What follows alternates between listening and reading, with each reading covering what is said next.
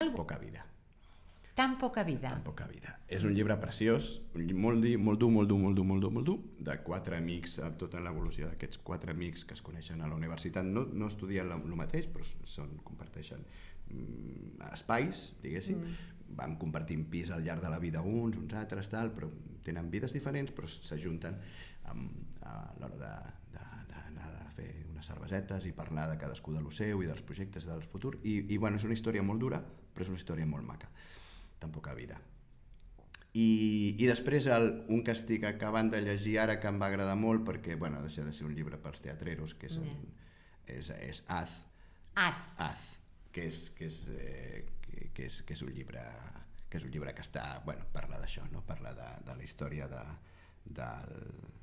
una mica de la història del teatre amb la història de l'Espanya des dels anys finals dels 60 fins ara. I és molt maco i està bé de recordar-ho.